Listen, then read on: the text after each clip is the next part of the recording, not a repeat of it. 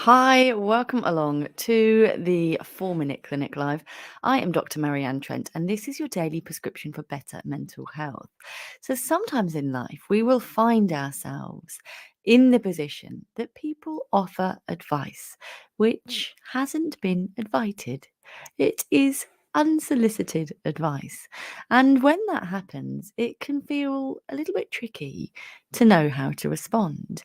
And of course, it depends whether the unsolicited advice has been in person or via text message or email or perhaps even publicly on social media.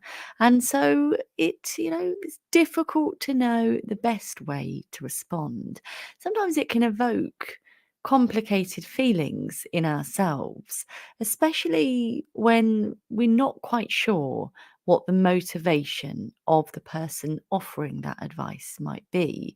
So it might be a moment might be a good idea just to take a moment and to really think about trying to think about where the intentions of the person offering the advice might be coming from. Does it feel like actually genuinely speaking, if you know the person, of course, that they're on your team and want only good things for you? Or does it feel like maybe they're trying to shame you or humiliate you or try to demonstrate their own knowledge as being perhaps superior above your own?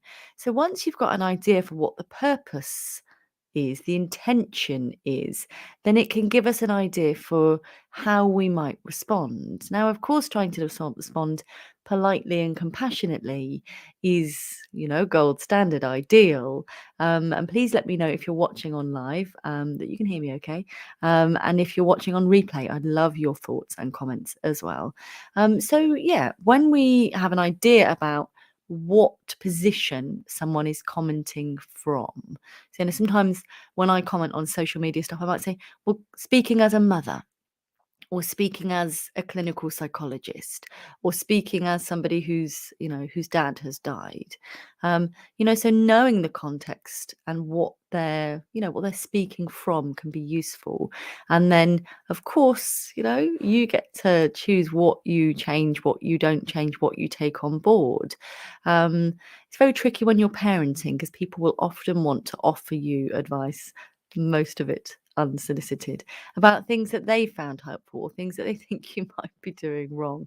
And they might genuinely think that that is a blind spot that you're not aware of. And so sometimes we can just say thank you and then just move on, just leave it. So, they're unlikely to keep coming back and keep prodding that potential hornet's nest. But, don't necessarily take it as critique of you.